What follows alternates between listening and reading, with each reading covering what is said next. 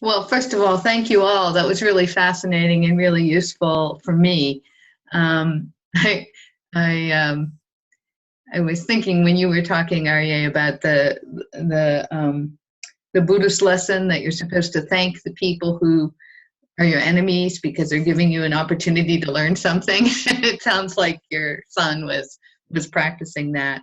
I guess I guess there's just two things I would say after listening to all of this that were things that I thought of as I listened to you, because I've been trying to figure out how does the work I do apply in this situation.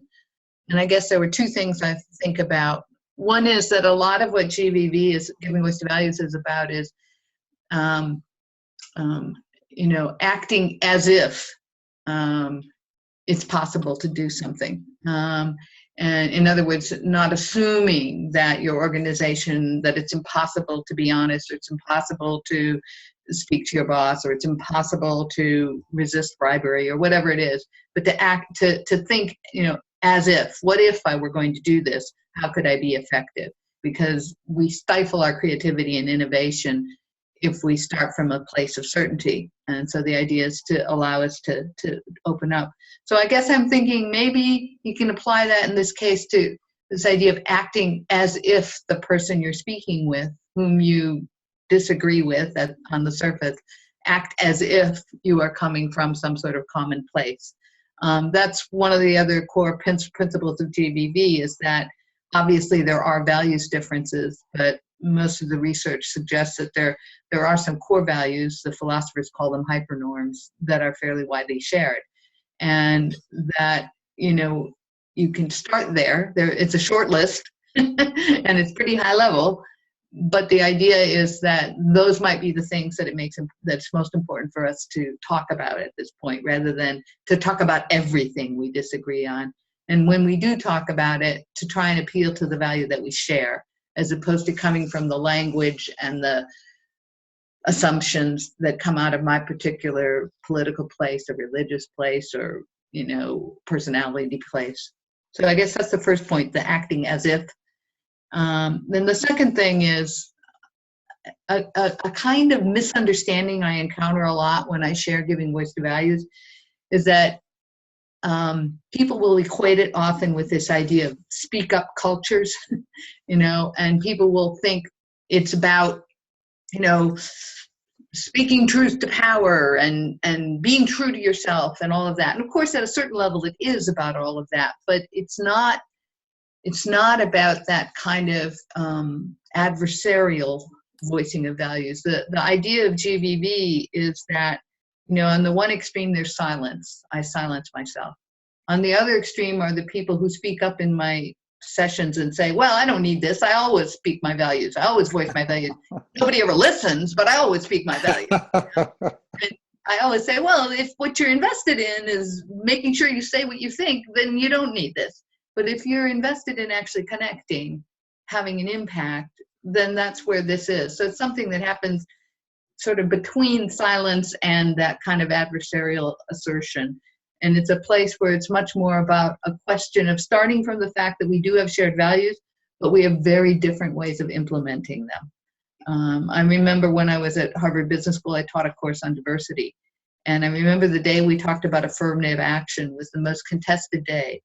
And finally, the only way I got people to speak, they either were going to argue or say nothing. And so finally, I just drew a line down the middle of the board. And I said, for a minute, I want you all to pretend you're vehement opponents of affirmative action. What are the values that drive you? And we made a list. And I said, now I want you all to pretend that you're vehement supporters of affirmative action. What are the values that drive you? And we made a list. Now, of course, they were the same values. They were fairness, justice, equal opportunity, meritocracy. So I said, look, this doesn't make this conversation easy. But what it does shift here is that this is no longer a values conflict. This is an implementation problem. And it made it a little bit easier for us to at least talk. Interesting. Yeah. Those are the things I would add now. Thank you, Mary. I want to open it up to any further reflections from, any of us here. in your case, having listened to all of us, what additional reflections do you have?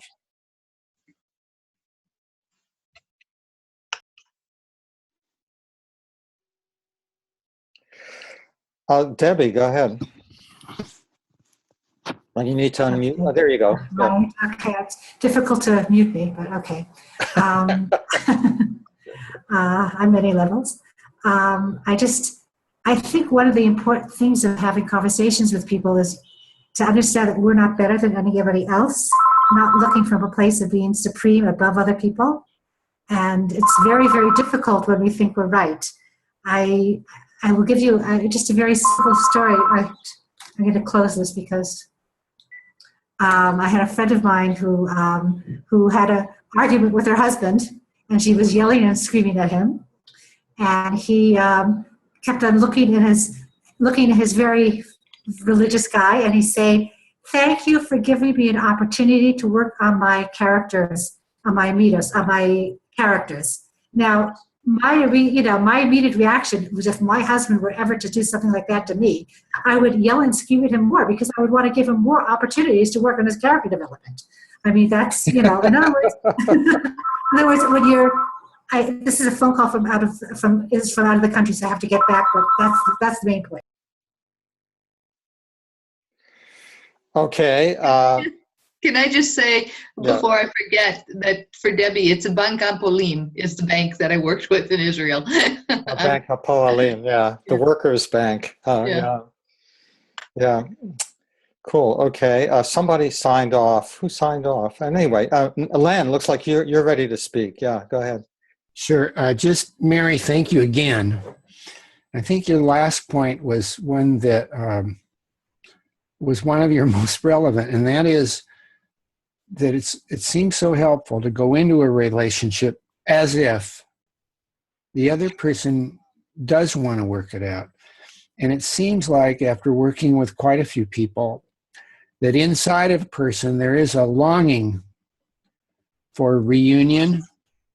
And I think it's safe and true to assume that a person, and express it, that person is a principled person, that people want to be principled, and to begin a relationship by acknowledging that and dignifying people is important. And to me, that's been a source of faith to move into the most difficult situations, knowing that the other human being has a longing to be the best person that person can be, and does want to be a principled person. And to explore that person's principle seems like such a good way to start. And you just awakened that in me again. So thank you for that, and for today a lot. Thank you, Len. Jyoti.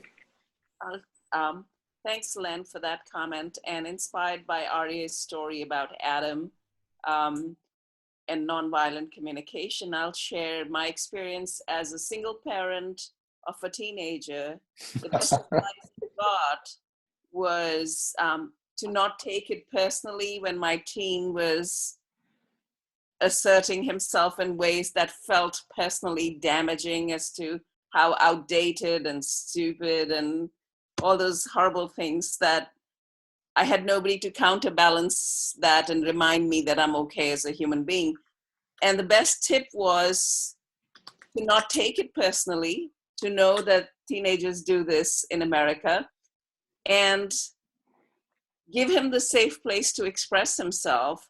So if he said these things, my response to him was, "I love you too." Wow. Because he felt safe enough to express it, and he knew in that confident way that this relationship has enough common ground that it's not going anywhere to act out in those ways. So if I could just remind myself, and rather than get angry and walk away in a huff or start yelling back and getting engaged with that teenage drama, which many times I did, but when I could remind myself, I would just say, "I love you too, son." And that would change the energy right away. That's beautiful. Thank you, Jyoti.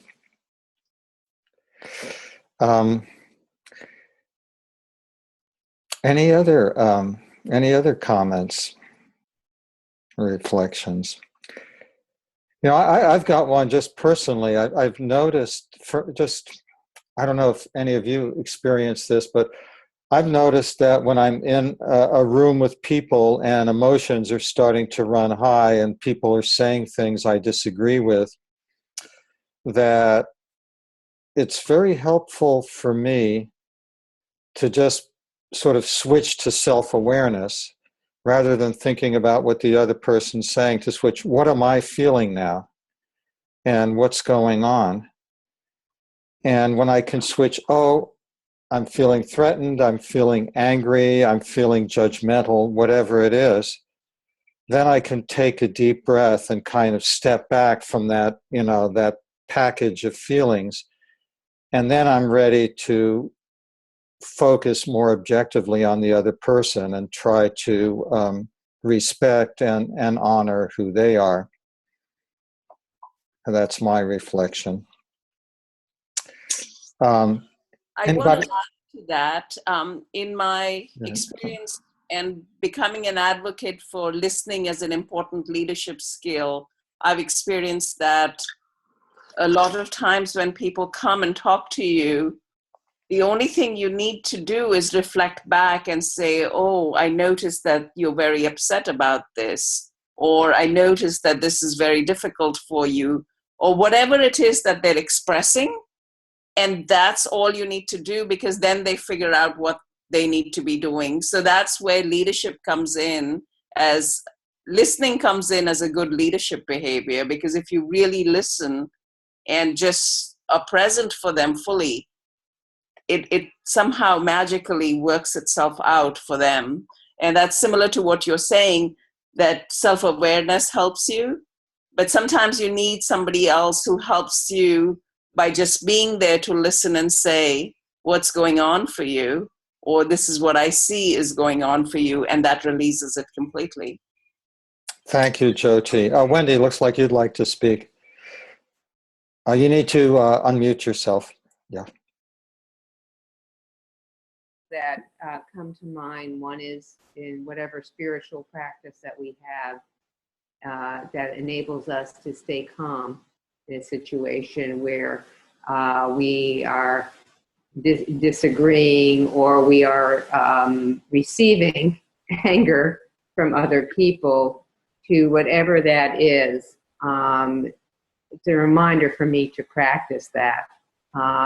And also just really creating a safe environment. And I'm sure that Lamo must create a very safe environment for his kids, his students that he's working with, so that they can feel comfortable, and connecting with each other. And whatever needs to be done in the environment, or whatever, bringing food, whatever, just creating that safe space. And also what we've learned is a space that it's not a free-for-all, so that people can take their turn in terms of talking, and that ground rule is nobody's doing interrupting while that person is talking. That, for me, has helped me personally to feel comfortable talking in groups, because I know that there's a safety factor there. Thank you. Thank you, Wendy. Lamo, any further thoughts from you?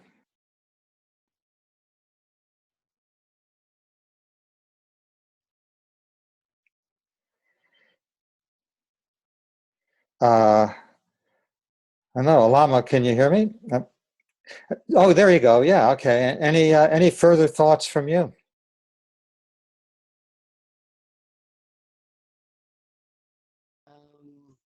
I learned a lot of the listening activities.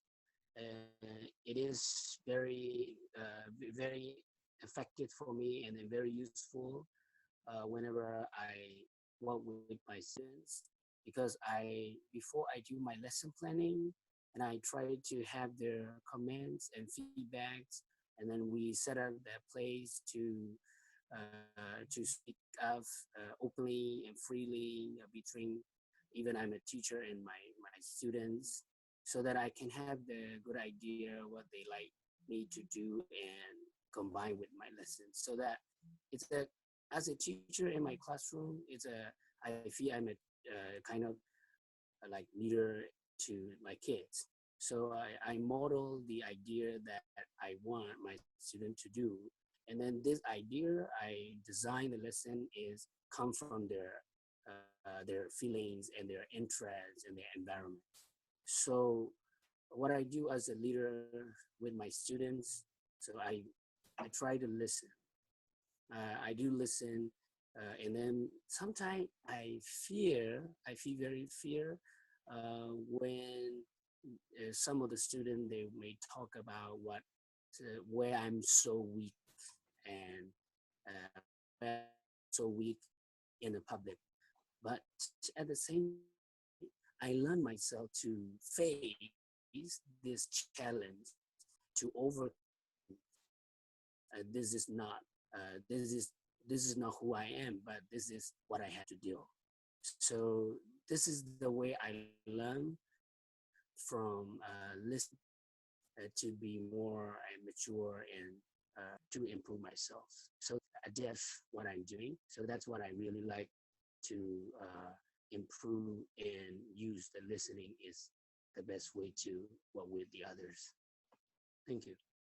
Thank you, Olamo, and I look forward to learning more about your work. Let's see, I think we've each spoken a second time except for you, Ofu. Any further thoughts to add? I want to deeply appreciate every reflector in this gathering who have contributed, the emphasis that is made on listening skill. And it continued to strengthen my awareness and my motivation to continue expanding the education on listening skill here in Ivory Coast as a very important tool in community relationship building. I am so grateful that anytime I connect to this gathering, I'm always inspired and well enlightened to this point. I want to say thank you to everyone who has enriched me so much in this gathering. Thank you very much.